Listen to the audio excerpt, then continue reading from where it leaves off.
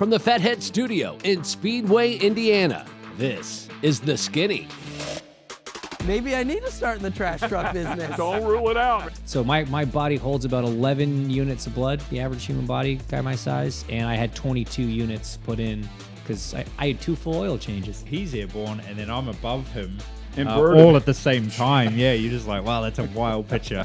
Boom, and then it goes boom, and it comes back out. I hang up on the guy. I go, who's this? This is Deion Sanders. I go, yeah, nice try. See you later. Bounce and then this insane roll. That thing sent it. No. It's okay, we come back. They just do it. Man, am I still pretty? And he's like, you ain't pretty, but you're going to be all right. If I was a few years older, you might be calling me Grandpappy. I think, all right. Hi, I'm Tony Stewart. I'm Scott Dixon. I'm Mario Andretti. I'm Christy Lee. I'm Travis Pastrana. Hey, I'm Antron Brown. I'm Mario Andretti, and this is The Skinny.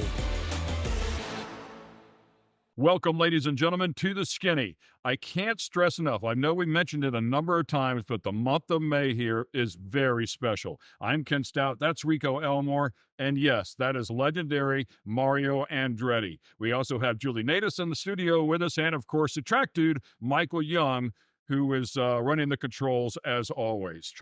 We've mentioned this before. We mentioned this before. These shows are previously recorded, so this is going to air a couple of weeks later. But when you're here in the month of May, and this is the week of the Indianapolis 500, the most incredible people are bouncing around in here. And Rico was able to track down Mario just one day ago and see if we could get him here in the studio. Hard to pass even on a golf cart. It was a bit interesting. Rico's in his full-size SUV. Mario's in a golf cart, and Mario's holding him off, as Mario should do.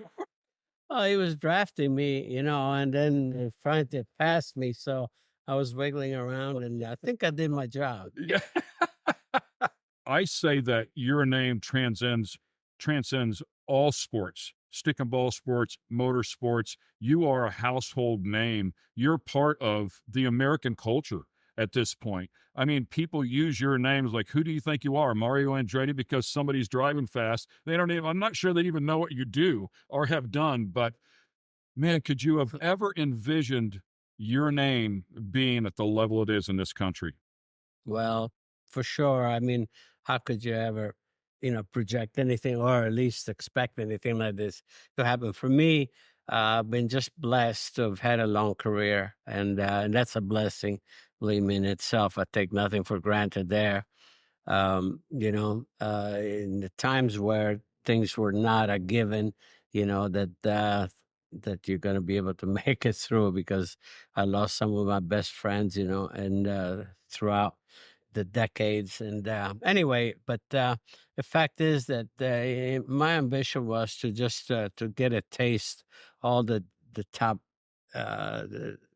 level of the sport, all the disciplines that such as we all know, in Indy cars and NASCAR, sports prototypes, and of course Formula One. So I was fortunate enough to be able to connect, with good teams along the way, and get the job done and satisfy, my ultimate ambitions.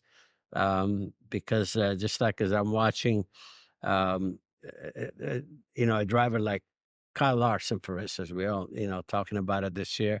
And his ambition is something that I identify with, because he doesn't just move around to just race and be there. He wants to win. And it's a pretty daunting, objective to have, to just try to connect with the right team, but try to go there and win in somebody else's sandbox at their own game, if you know what I mean. There's something special about that. So, and I've had those opportunities. Again, how could I've ever expected anything like that to happen in my life, in my career? But it did. And again, just that God gave me the longevity, to be in it for, for the maximum, I think. And so, again, I look back and, some people say, there's certain things that I would like to do again. Maybe so, but I have no regrets. You've won everywhere. I mean, you've won at Daytona, you've won at Sebring, you've won here. You've obviously won a Formula One. And I think Kyle Larson probably lines up the best with you and AJ Foyt and what you guys were doing back in the day, which is really not how it's done anymore. Well, I think it's a personal thing. It's easy. I mean, not easy. I mean, you could have a career satisfying yourself in just the one specialty, and there's nothing wrong with that. It's a personal thing. But for me, well, I had the support. At least I had a wonderful wife that she knew what made me happy, and she never ever once made me feel guilty for being so selfish. My daughter Barbie still reminds me that I was not at her graduation. Mike and Jeff kind of, understand that, but that's the way it was, and I remember one time my son Michael, in school, the teacher asked him and said, what do asking the kids, what does your dad do for a living? And he says that my dad goes to the airport and makes bread. And so the teacher, whom I knew later on, he says, what did Michael mean about that? I said, oh, I said, probably because I said, I'm always with a suitcase, always on my way, leaving, going somewhere. And then Michael asked, Dad, where are you going now? I said, well, I got to go to the airport, got to make the bread. So that's what it was. So I think Kyle Larson probably doing the same thing. He's gonna say, "What are you doing? Gotta go to the airport, make the bread." Because on the technical side, we have satisfied everything with the FIA. The Skinny is brought to you by Fatheads Eyewear.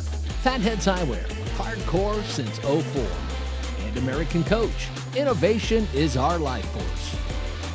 He was named United States Driver of the Year in 3 different decades. He's a legend in motorsports. His name is Mario Andretti, really an icon of the sport, a great ambassador for the sport. He is still heavily involved in the sport as well. And boy, we couldn't be more excited to have him here in the studio. Welcome back to the Skinny. Welcome to our studio as well, my friend. Really good stuff.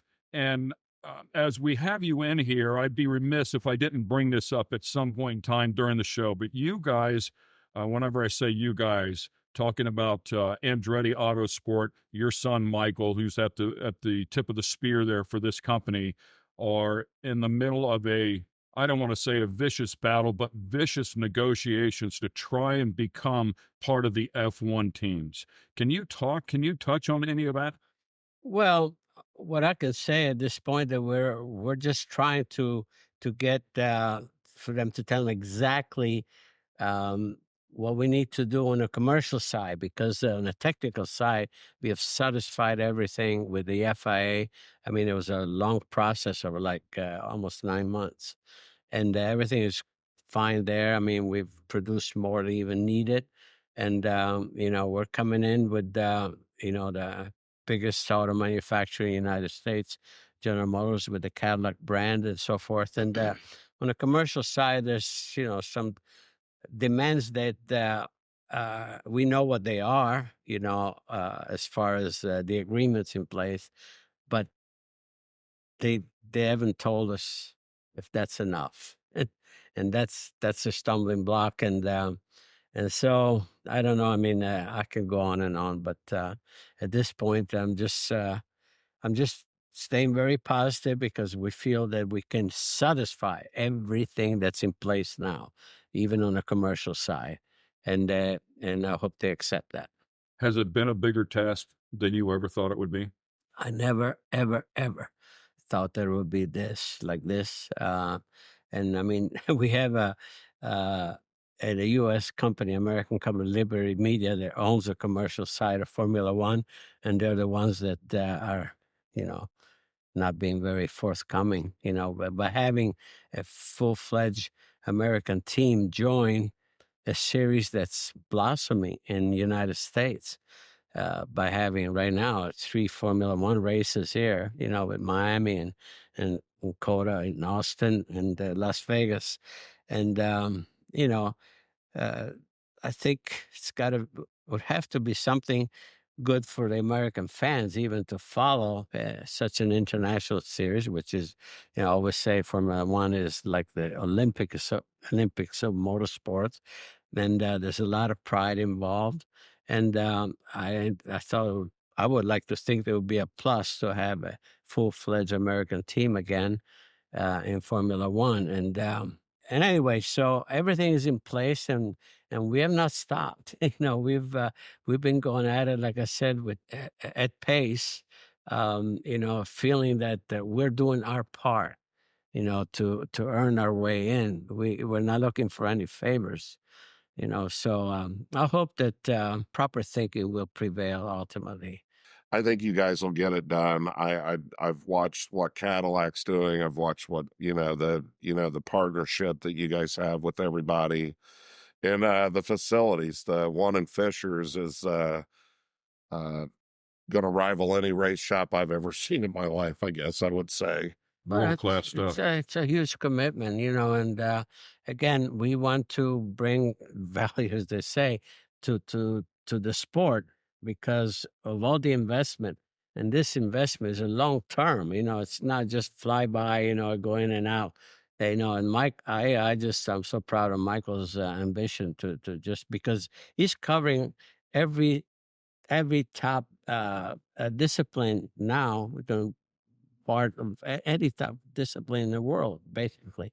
And, something wrong with that? I don't think so. I mean, it's devoting his life like I'm devoting mine and into the sport for the long term. And I felt that you bring something to the party for sure, and he also, there's so much encouragement where, the backbone, I mean, of our sport is the fan base support.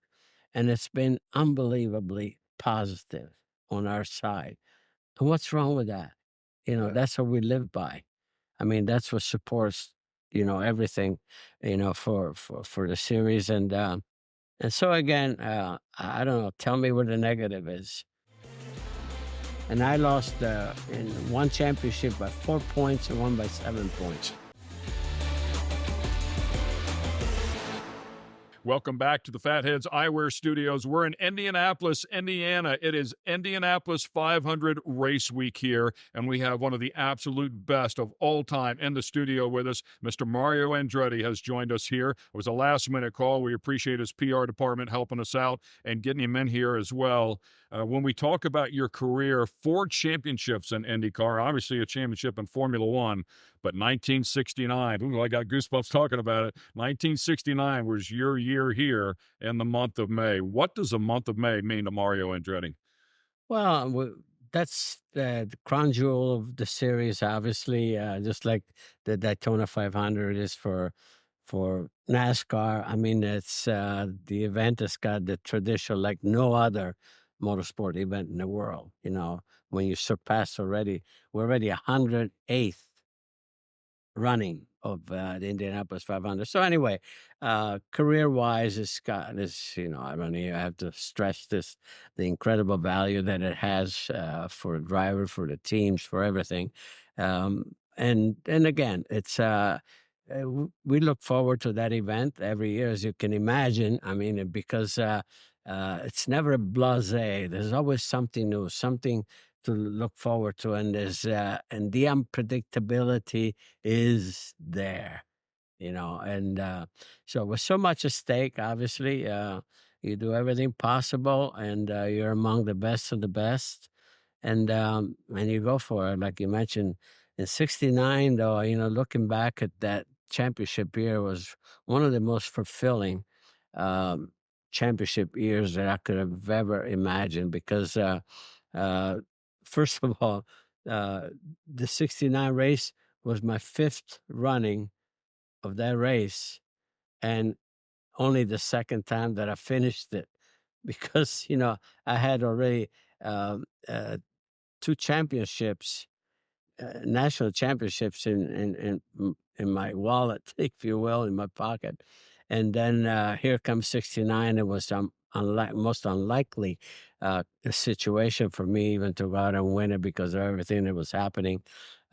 During my losing the primary car, with the big crash when the right rear wheel came off and turned anyway, and fire, and then going out with a spare car, we put it in the front row, and then we finished and we went in for Granatelli, Andy Granatelli, SDP, tremendous satisfaction. But then I look back at the rest of the season, where I mean, I won a race at least in Super Speedway, Indianapolis, short oval, road course, and on a dirt, which was counted for the national championship, and also won Pikes Peak that year, which counted for the championship. So, and what I'm driving at is that I clinched the championship in August, and the last race was in December at Riverside, the 300-mile on the road course.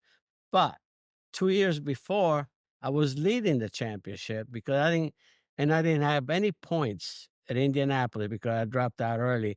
So in 67, 68, I was leading the championship going to the last race, and I lost the championship the smallest margin ever, over 3,200 points were for the championship, and I lost in one championship by 4 points and one by 7 points. But the following year, and I lost it on the last race at Riverside, and here in 69, I had the championship in my pocket in August, and I won Riverside. I don't need that win now. I don't need it, but it worked out for me. I needed that one 2 years ago. I think you go figure that out. So anyway, but bringing back that year was incredibly satisfying in every possible way. So the year you're talking about, 69, was that the year your brother was in the picture, right? Well, yeah, he was in the picture at qualification because I had that accident on Thursday of the second week. First week of qualifying was rained out. So, and I had the Lotus 4-wheel drive, and rear wheel came off in turn 4, and I had a big crash and fire. And luckily I jumped out, and the thing wasn't even stopped. And I had my face burnt. And and then on Saturday, I put it on the front row. I put the spare car in the front. But then pull spare bullet out. But then the next day, it's customary to take the front row photo, and my face was really all crusted up and everything. So I said, I told Aldo, I said, why don't you sit in with me for me? And we looked alike. We're twins, Absolutely. And nobody asked a question for a long time. I want to bet on that, and I think I told him this before. But the picture is hanging in a buddy of mine's suite, and I said, you know who the front row is, and he names them off, including him. I said, he's not on there. He goes, yeah, he is. He gets in an argument. I said, Google it, and he looks it up, and he's like, I never knew that was his brother. It was in that picture. I was like, absolutely, that's who that is. But that's a great indie story, just another indie thing. I think the gift shop is still selling that picture at the museum. When they bring it to you to sign it, you should sign it all, though. Right. Yeah, we've been having my beloved brother. Yeah. He definitely was my beloved brother. We had one car, one helmet, 2 drivers. Welcome back to the Skinny. We have Mario Andretti in the studio with us here, and he just touched on his brother Aldo, who was a twin brother. And the stories, I'm sure there's no shortage of these stories, but I mentioned this, I want to say, last time you were on the show, but I sat and I talked to you for about 30 minutes out at Newcastle Motorsports Park, the karting track, but at least I thought it was you. And it ended up being Aldo. I was convinced it was you. We were sitting there at the bar talking for 30 minutes, Mark Dismore's place, and And at some point in time, I don't know if he told me, maybe Dismore said, "That's not Mario, that's his twin brother." I'm like, oh my God. I mean, you guys really did look identical. Oh yeah, yeah. Like I said, we even sounded the same, because I can tell some stories about that. But you come through life almost as one, because we both gravitated to the sport at the same time, feeding one another, actually with the excitement when we were just young teenagers, and still living in Italy. And we had the same dream. We were exposed firsthand to Formula One in 1954 at age 14. Some friends took us to Monza to see the Grand Prix there. And then, and for me, the impossible dream started. I always say from there on, there was no plan B for either one of us. We come to the States at age 15, and we find out 3 days after arriving here, there was a racetrack. It was racing at the local fairgrounds in Nazareth, half a mile dirt track. And 2 years later, we started building a car to race there. With some buddies. Yeah, you always got to have the geek, because we had no idea, what we were doing. But we had somebody that Charlie Mitch that really, really directed us. He knew about NASCAR. He knew I was working there. So that's the one. At that time, Hudson was winning in NASCAR, all the short track dirt races. So that's what he suggested to get. For us to build, to race, where they were racing, 32 cut down Chevys for rail jobs. And anyway, so we were doing things right, not knowing, but we're doing things right with the people around us. And that's how our career started in 1959. We had one car, one helmet, two drivers. So we had to alternate. We alternated, 1 week. And we went through the season, and the very last race of the season, he had this big accident. It was an invitational in Hatfield, Pennsylvania, and his career was almost determined after that, because he had a base fracture of his skull. And anyway, he took a sabbatical, and he started racing again. He raced for 10 more years until just the weekend after the 69 race, which was we were in Milwaukee, and he was in Des Moines, Iowa, in a sprint car race. And Pete Foss, one of the IMCA championship guys, blew a tire. He was and he was stalling middle straight. Aldo had no way to go. T-boned him. He wound up in the grandstands, and he had severe injuries to his face and so forth. And then I made him end his career, because poor Aldo just seemed like, he drove with a black cloud on top. If something was going to happen, had to happen in front of him. I don't know why.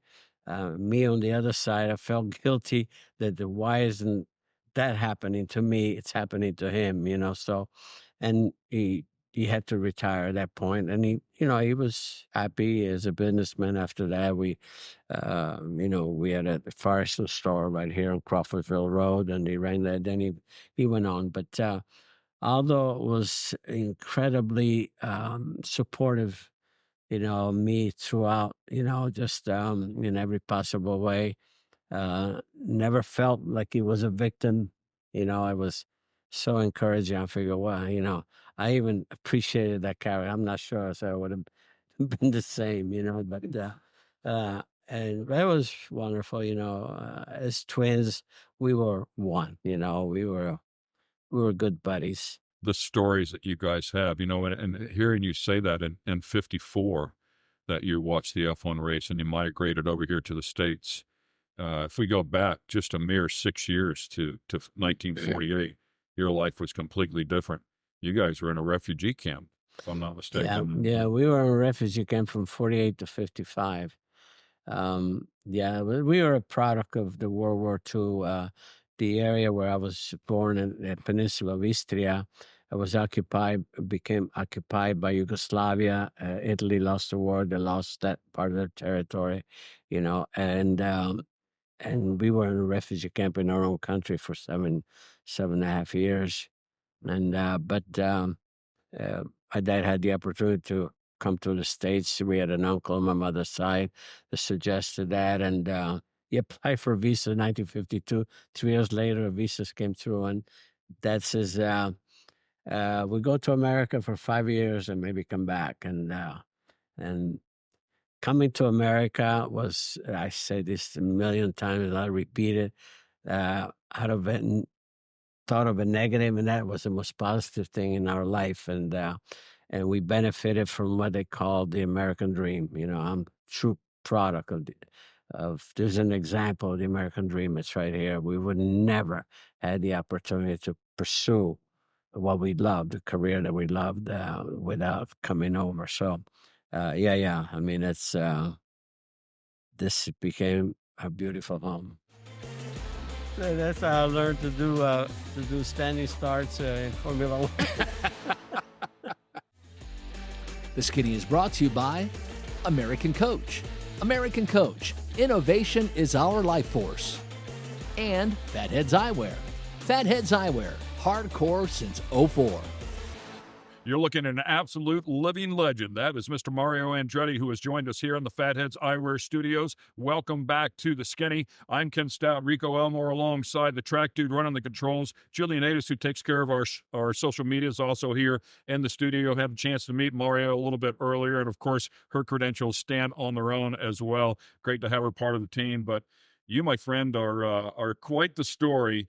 We went back and documented a little bit about how you got over here out of a refugee camp and making your way over here, you and your brother racing together, and your brother being very supportive. But there was a time where you guys had to go get a job and kind of take care of yourselves a little bit. And rumor has it there was a valet opening that that you guys were able to take advantage of. Well, actually, this was back in Italy. When we were at the camp, across the there was a square. Across the square, there was a parking garage, but also repair. But inside the walls in Lucca, there were, very upscale areas, and a lot of merchants that needed parking. So they would have the Alfa Romeos and all that nice cars. But anyway, we used to hang around there, and the owners started, to get, why don't you kids start parking the cars for us and so forth. Man, we loved that. And one of the two owners, he was doing some burnouts, with the clients' cars and so forth. Well, that's all we needed. And that's all we needed to know. That's all. So the customer would come in, leave the car there, goodbye. Then I'd back the car up and, we never put a scratch on any of the cars. But every time I valet my car here, even to today, I think about, I wonder if they're doing something I'd help him. You listen to Mario now, though, or running their cars through. I said that's how I learned to do standing starts in Formula One. So I've often wondered this because there's a laundry list of them. Who's been your favorite two-seater ride? Well, I have to say, because of the reality, Lady Gaga, actually. Oh, really? All right. Yeah. I just told this to Julie before. I said I think it's Lady Gaga because I mean she's pretty amazing, cool. Right? So cool. I mean, and that was like a last minute situation, because Keith Urban had to bow out. He was the one that was going to ride with me. And on a Friday, he said that he twisted his back or something. He couldn't make it. I said, oh, my goodness. And Lady Gaga happened to be here for the 100th anniversary. And they worked it. And in fact, she didn't know whether, what she was getting into. And she called her mother. And that's what I was told anyway. And she said, her mother said, if you don't ride, I'm going to ride with him. We didn't know until about 45 minutes before the race whether she was going to ride with me. But then she was awesome. She was screaming. She came out arm in arm with Yeah. him. It was magical. She made it. Yeah, it was fabulous. I just loved her reaction. She really enjoyed it. She looked good in the suit too. She looked like they had her in a pretty good suit that fit well. Especially when she had her stilts on. She about 2 heads above me. Scary. See, I think she's about your same height, unless she's got some. Yeah. Got some. Yeah, got when some she put high on heels racing on. shoes, I could go eye to eye without lifting my head. Let's talk about some of the competition, the vicious competition you had throughout your career, because really you and AJ kind of mirrored each other all the way through. And I just can't imagine, a time really where you weren't racing each other, but did it become a friendly camaraderie, or was it a vicious rivalry? What was that relationship contentious all the way along the way? Towards the end, did it become more of a mutual respect? Well, it's AJ certainly was, one of the toughest competitors. When I broke into the top level of the Indy cars in '65, he was 5 years already established champion. He was 5 years my senior, and I happened to be a bit of a thorn on his side and so forth, and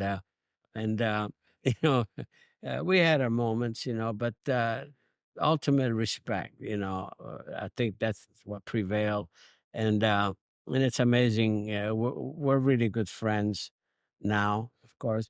And sometimes when he sees me, he says, "Hey, man," I said, "I can't believe we're still standing," type of thing. So, but we look back. I look back with such fondness that it's because of competitors like him, the answers, and so on and so forth, that it makes you a better driver, because you look and says, you know what, if I'm going to get anything done, I got to deal with that type of talent, and it gets your game up, working. So that's what sports are. There's always somebody better than you out there, but that's what really gets your that's what gets your energy, everything that you want.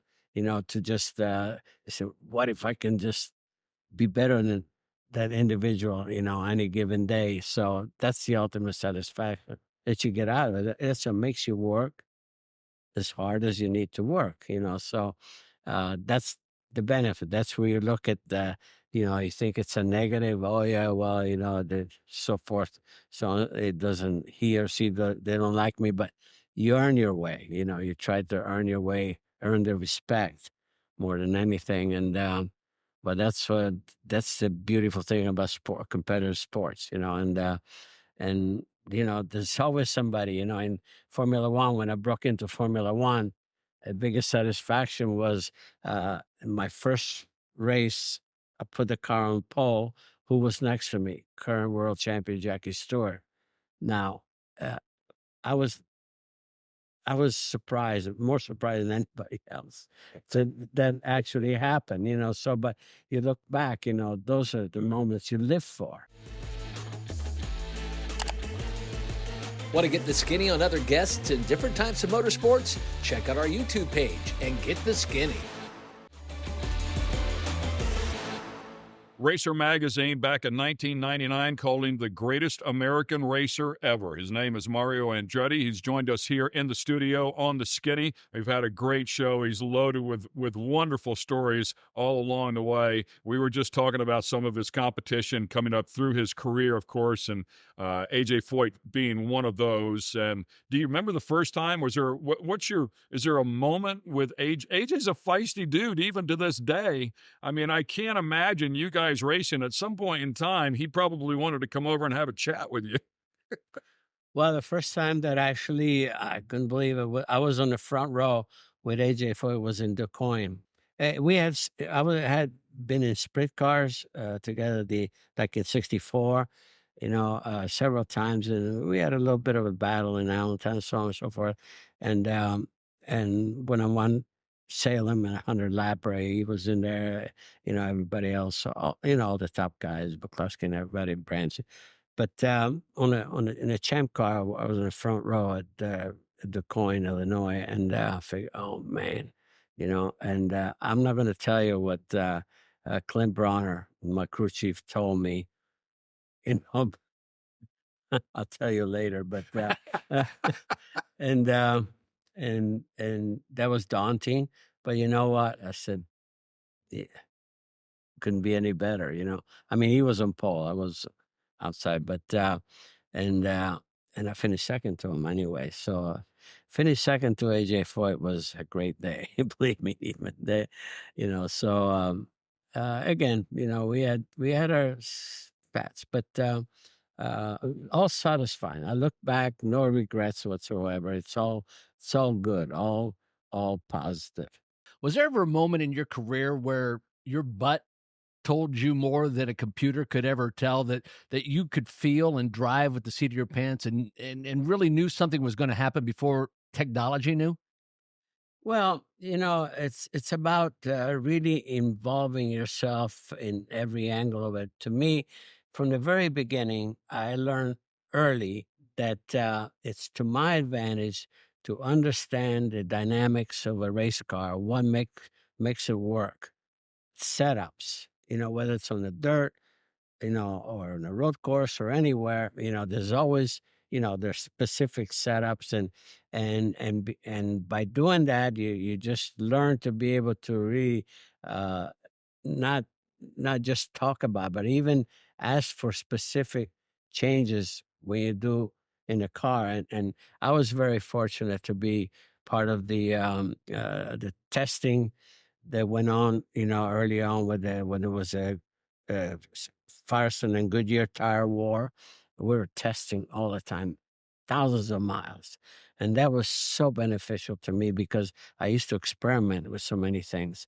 And so going back, I welcome, the introduction of the full,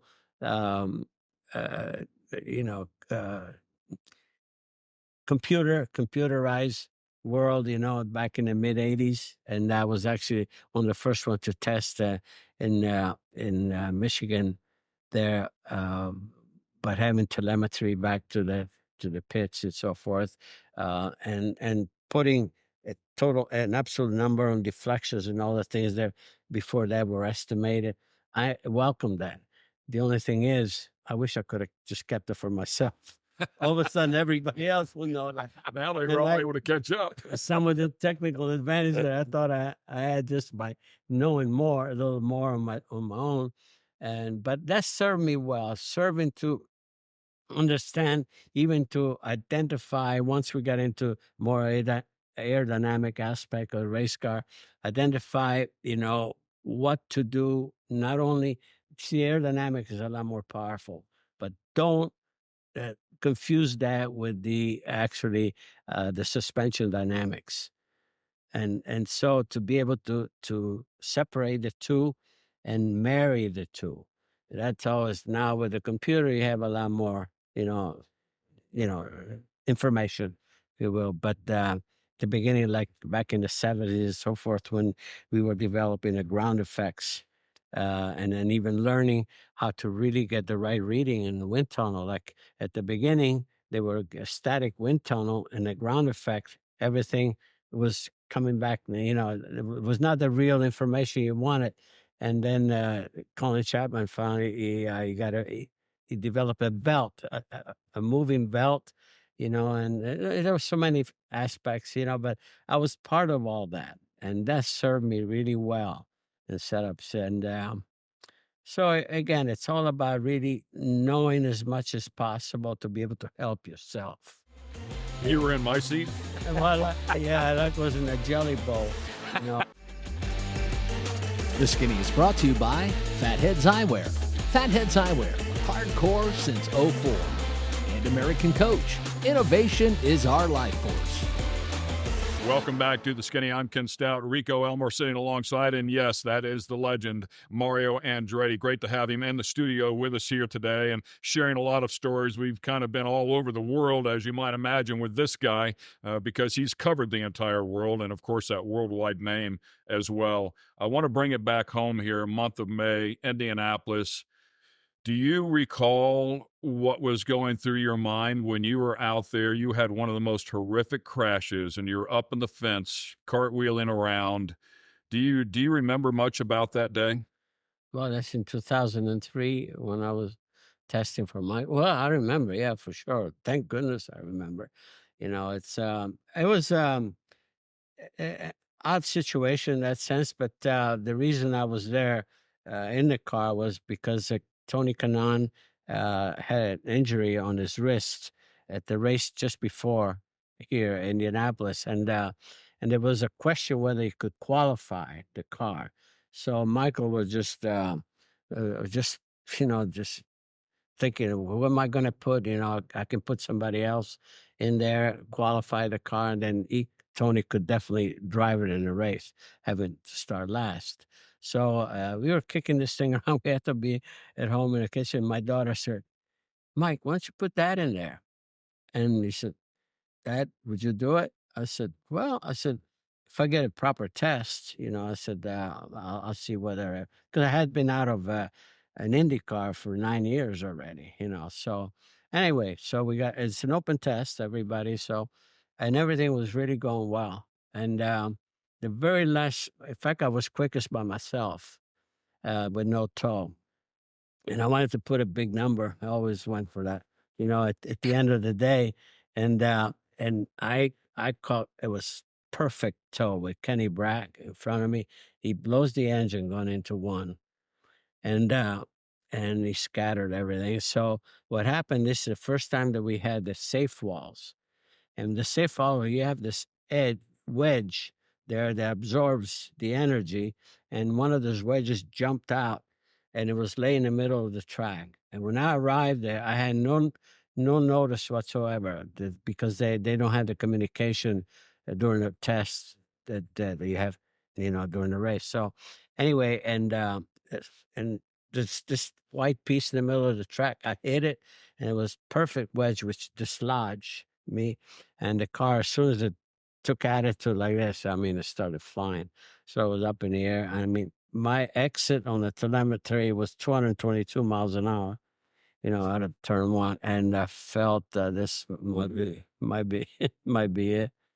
But I was so fortunate that I landed on the wheels and so forth. And I was pretty much fine. I had something, my toes or whatever, but then my heel. And but other than that, I could have been in the race car the next day. So yeah, it was quite. So I know you got to test one of the new F1 cars. My understanding was they didn't have you put in there just right, so you couldn't get after it well enough. Is that the? I don't know what it was, but it's unfortunate that the seating. I was like in a. It's like you were in my seat. Well, yeah, that was in a jelly bowl, and that was so soft. And unfortunately, I couldn't really get what I wanted out of it, but it was great. I thank Zach Brown for giving me the opportunity, but I should have, something like that. If you really want to get after, you got to have proper seat, and the proper support. And I was I had no feel in the car, so I didn't want to crash it. So I did what I could, but I got, some satisfaction out of it, but, nothing surprises me because I'm on top of things every day, so I did some testing, high-speed testing for Michael on the current cars down at the Cape Canaveral and stuff like that, and I was jacking around with them. So, again, I'm not really surprised at the performance of cars today, but we always want more anyway. But, right down there, we're doing 240, 245 mile an hour, speed testing and so forth. So, again, hope and nobody asked me, to go back in to do some testing, but if they do, You're in? I'm ready. I'm ready. You're absolutely amazing. I mean, your ability to still get the job done. Does it even surprise you, or it's just another day in Mario's life? It's my world. It's my life. Yeah. You were put here for a reason on this planet, and that was to drive race cars. And I don't know that there's anybody any better. I believe that. 100%. Ladies and gentlemen, hope you enjoyed this one. Boy, what a magical moment here for us. Couldn't have been happier to hear from his PR team that he was going to be able to make it over here to the studio. So you're a dear friend, but much, much more than that, what you have brought to our sport and to this world, man, is nothing short of exceptional. We appreciate everything you've done. Very kind. Awesome stuff. Ladies and gentlemen, Mario Andretti. Hope you enjoyed this one.